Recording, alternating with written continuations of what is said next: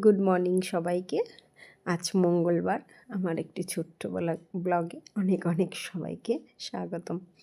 তো সকালবেলা যেটুকু কাজ, বাসি কাজ থাকে প্রত্যেক বাড়িতে আমি করে, একটু কাপড় ছিল ওগুলো কাচাকুচি করে স্নান করে ছাদ বাগানে চলে এসেছি পুজো দিতে যাব মন্দিরে। তো ফুলগুলো আগে তুলে নিচ্ছি। আমাদের এই ছাদ বাগানটা অনেকটাই বড় আর অনেক রকমের ফুল থাকে। এখন তো গাঁদা ফুল পাওয়াই যাবে শীতকালের সময়, তাছাড়াও বিভিন্ন রকমের জবা ফুলও থাকে।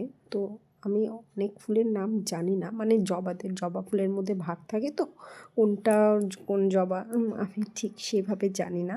হ্যাঁ, তো ফুলগুলো তুলে নিচ্ছি।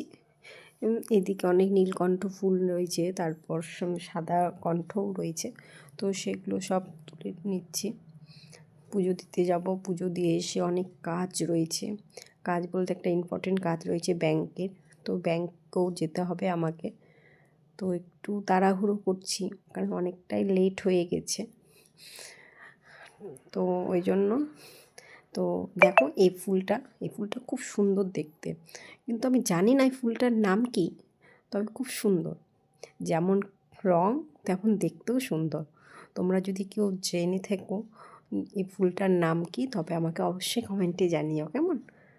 তো প্রচুর দেখছি আজকে গাছটাতে এই ফুলটা ফুটেছে, কিন্তু এই ফুলটা তুলতে গেলে না কাটা থাকে। তো এই দেখো জামা কাপড় আমি তো অলরেডি মেলে দিয়েছিলাম স্নানটা এই করে, স্নানের আগে। তারপরে নিচে নেমে চলে এসেছি, একটু রুমে আসলাম, এসে একটু চুল একটু আয়নার সামনে একটু ক্যামেরা বন্দি করে নিলাম। এরপর যাব আমি মন্দিরে, কারণ পুজো না দিয়ে আসলে আমি আর কোনো কাজ হবে না। মন্দিরে চলে এসে আমি ঠাকুর অলরেডি সব পরিষ্কার করে, ফুল টুল সব পরিষ্কার করে ঠাকুরকে স্নান টান করিয়ে ঠাকুরকে খেতে দিয়ে দিয়েছি। এবার আস্তে আস্তে বাকিটাও করে নেব, ফুল দেব ঠাকুরের চরণে। তার আগে একটু চন্দনটা বেটে নিচ্ছি, চন্দন দিয়ে ফুল টুল দিয়ে ধূপ দীপ জ্বালিয়ে আমি ঠাকুরকে আরাধনা করলাম।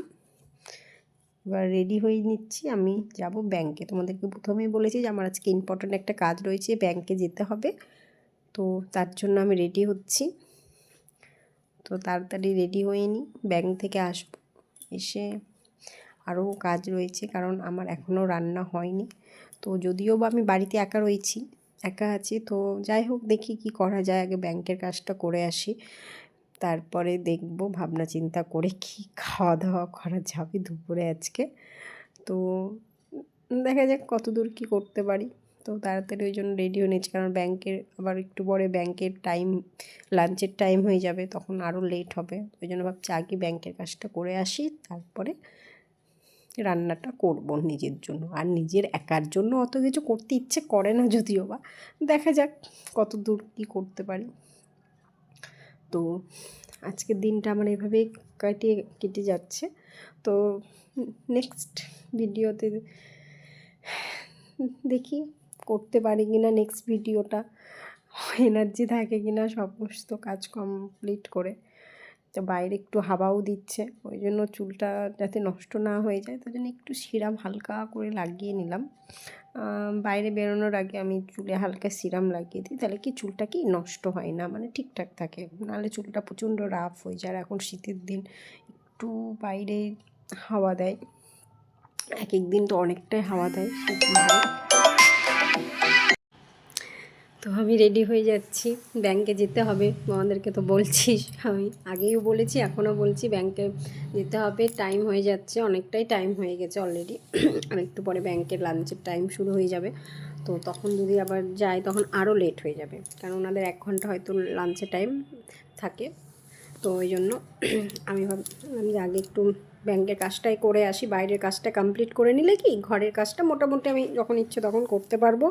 আর সব কাজই মোটামুটি কমপ্লিট হয়ে গেছে, শুধু আমার রান্নাটা বাকি আছে। যেহেতু একা আছি তাই অতটা চাপ নেই যে কী রান্না হবে কী খাবার। যাই হোক কিছু একটা করে নেব, নাহলে কিছু একটা খেয়ে নেব শুকনো খাবার।